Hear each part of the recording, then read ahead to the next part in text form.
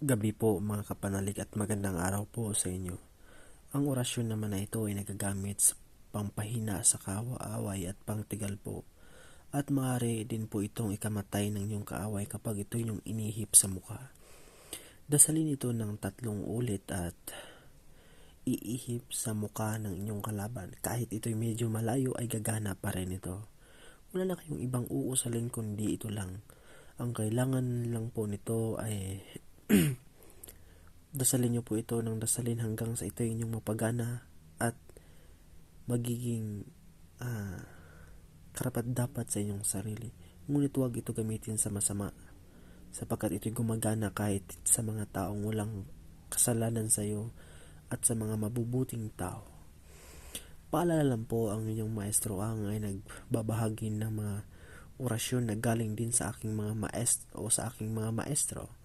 2 po ang ating maestro na hindi ko na po sasabihin ang mga pangalan sapagkat ang mga taong ito ay buhay pa rin magpahanggang sa ngayon at yung isa kong maestro na aking lolo ay namatay na, ngunit konti lang po ang kukuha ko sa kanyang mga kakayanan. Maraming salamat po sa lahat po ng mga kumukuha sa mga lahat po ng naniniwala sa ating mga binabahaging orasyon. Yan po, papunta doon. Sa July 10 po pala,